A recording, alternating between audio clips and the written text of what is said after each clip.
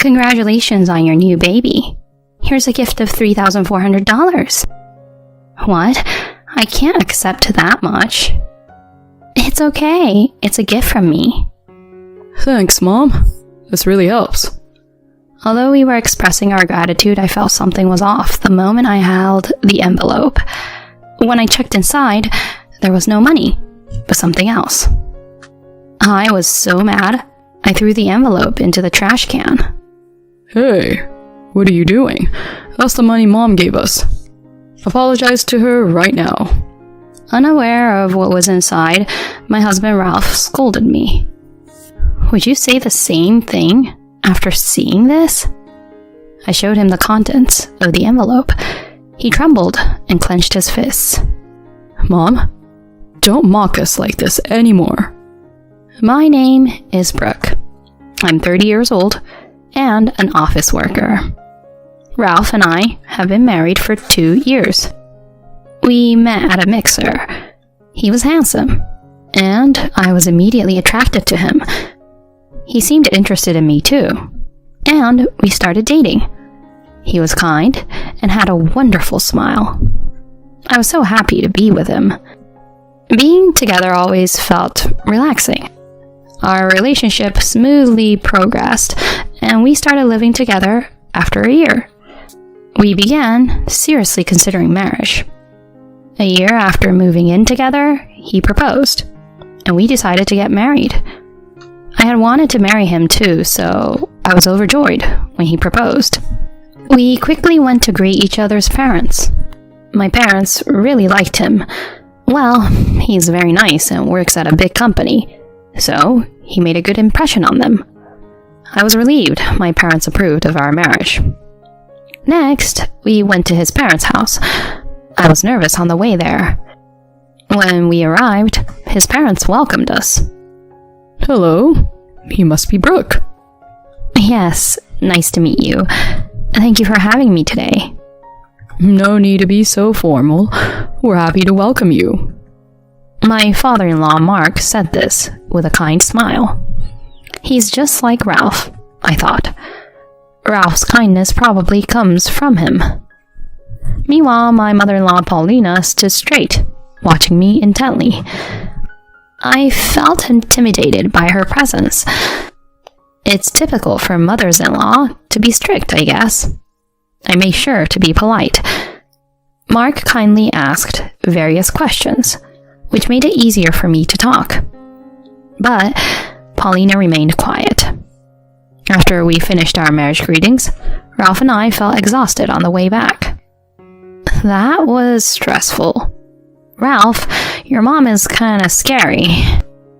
Really? She's usually nice. No, she was pretty intimidating, stern and silent. True, she was quieter than usual, but she's basically kind, so don't worry. If you say so. I was relieved to hear him say that. Both our families met without major issues, and our wedding went well. Many friends and colleagues attended, making it a memorable event. After our honeymoon, we started our life as a married couple. Living together before marriage meant our lifestyle didn't change much, but being newlyweds still felt new. We both worked, so we shared household chores. Ralph, having lived alone for a while, was good at cooking. We would prepare make-ahead dishes together, and whoever came home first would cook the main dish. We lived happily, adapting flexibly to each other's needs. Our rules for living together remained the same, and I was happy we could live blissfully in our own way. I thought our life would continue like this, gradually adding more happiness like having children and buying a house. However, something big happened 2 years into our marriage. What? Dad's in the hospital? It started with a sudden phone call. Mark had suffered a stroke and was hospitalized. Ralph and I rushed to the hospital. Dad, are you okay? Thanks for coming, you two. Sorry to worry you.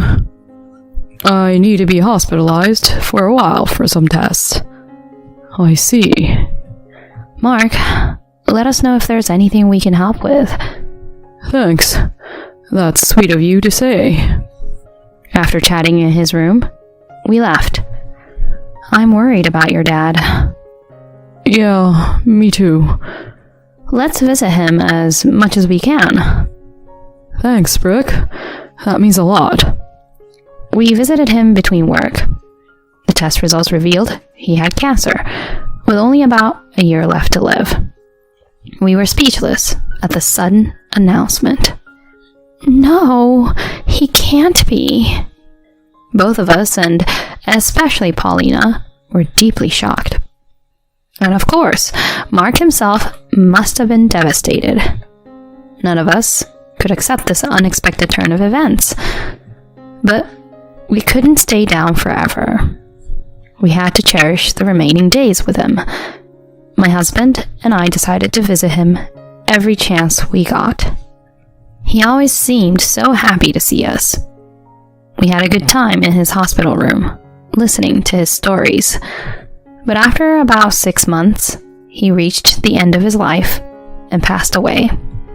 We were prepared for it, but losing a loved one is still incredibly painful. We couldn't hold back our tears. We managed to arrange the funeral, but we cried throughout the ceremony. Mark was a well-respected man, and many people attended his funeral to pay their respects. Everyone was crying. I don't think anyone was there out of obligation. After the funeral, we were able to send him off properly. Gradually, my husband and I started to regain our strength and return to normal life. One day, Paulina contacted my husband. She wanted to talk and asked us to make time for her. So, on our day off, we went to her house. Mom, what's going on? Thank you for coming. I have a little favor to ask. Since your father passed away, I've been living alone, right? But I feel so anxious. What if I fall ill here and die without anyone noticing? And the loneliness of being alone. So, I was thinking, Ralph, could you move in and live together? Live together? To our surprise, she wanted to move in with us. Both my husband and I were taken aback by the sudden suggestion. She seemed very distressed.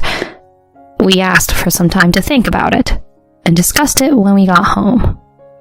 Your mom seemed really desperate, didn't she? Yeah, she did. I'm okay with us moving in with her. Really? Yeah, it's close enough to work, and seeing how anxious and lonely she is, I can't help but worry. Thanks, Brooke. Mom will definitely be happy. Then, he contacted her to agree to us moving in. She seemed very pleased, which made me happy too.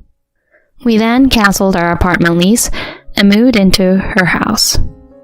Mom, looking forward to living with you. Me too, sweetheart. At first, living together went relatively well. Having lost her husband, she seemed happy just to have people around. So she was initially kind to me. Thank you, Brooke, for helping with the household chores. It's really helpful to have you here. Not at all, I'm happy to be of help. She would express her gratitude to me like that. But about 3 months after we started living together, her attitude began to change. Hey, Brooke, when are you going to quit your job? What? I don't plan to quit my job. What? A wife should be at home supporting her husband. It's ridiculous for you to keep working. Have some shame. But I was shaken by this sudden change in her behavior. As she regained her strength, she started treating me terribly. A woman obsessed with her job. Not sure about that. Don't you realize that by not being a housewife, You're increasing my burden?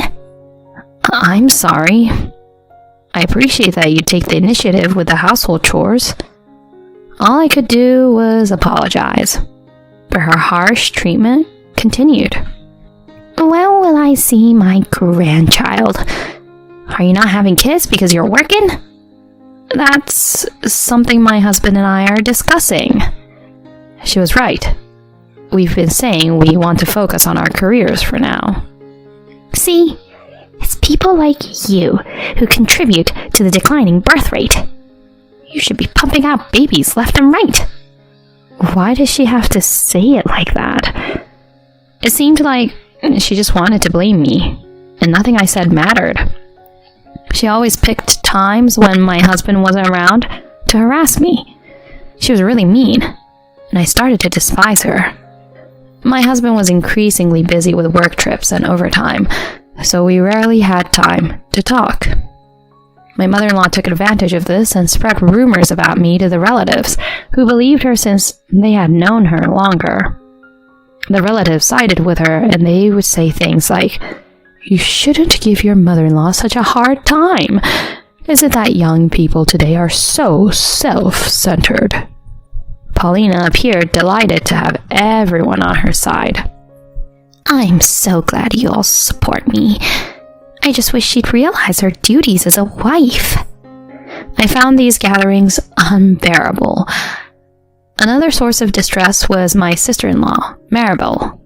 She lived alone and worked as a freelancer, only showing up at family gatherings. She avoided coming home when Ralph was around, as they weren't close. She joined her mother in bullying me. She's so delusional, still not quitting her job even though Mom told her to. She's the worst. How selfish can she be? I thought it was odd that Maribel at 28 was still freelancing and not settling down, but I had no allies here. All I could do was endure it. During this time, I suddenly fell ill and went to the hospital. I found out I was pregnant. We're pregnant? That's awesome. Ralph was thrilled to hear the news. I'll work even harder. Let's build a happy family. Yes, let's do that. Even though living with my mother-in-law might be challenging, she seemed happy about my pregnancy. It's about time. But good job. Thank you. I thought maybe she'd be kinder to me now. But I was naive to think that. Hey, Brooke. Why are you just lounging around when you're not working? I'm sorry. I've been feeling really sick with morning sickness.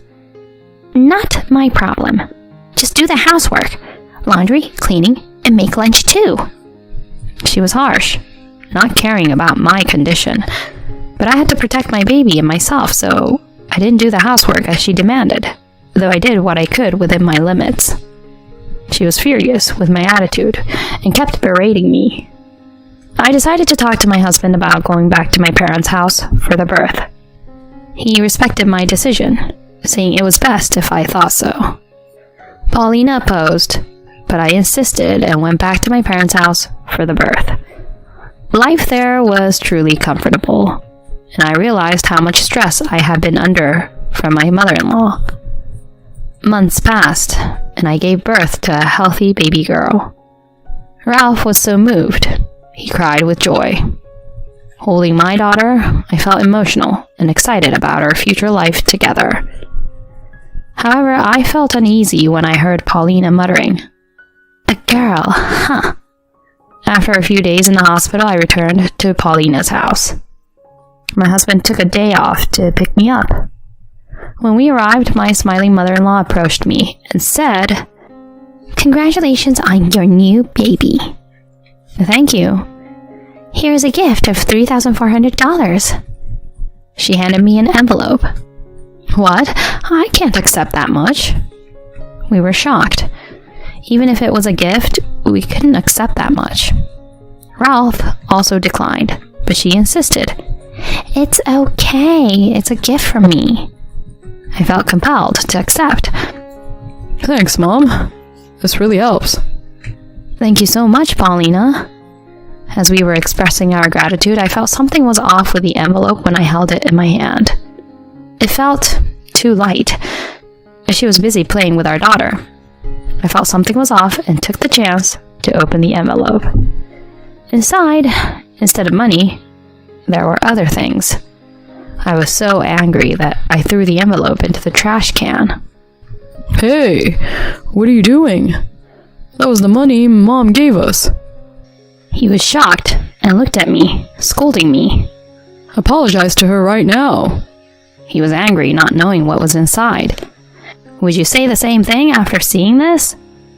I showed him what was inside the envelope. It was a bundle of receipts from a recent trip she took with my sister-in-law. They bought various things like souvenirs and brand items. The envelope also included hotel bills. It seems like she was asking us to reimburse her for these expenses. Oopsie! It seems I made a mistake. I meant to give you a birth gift, but I handed you the travel receipts instead. But you know, I had a lot of extra work while you were away for your birth, so I'd like you to cover these. She said this and laughed. I was just amazed at how hopeless she was.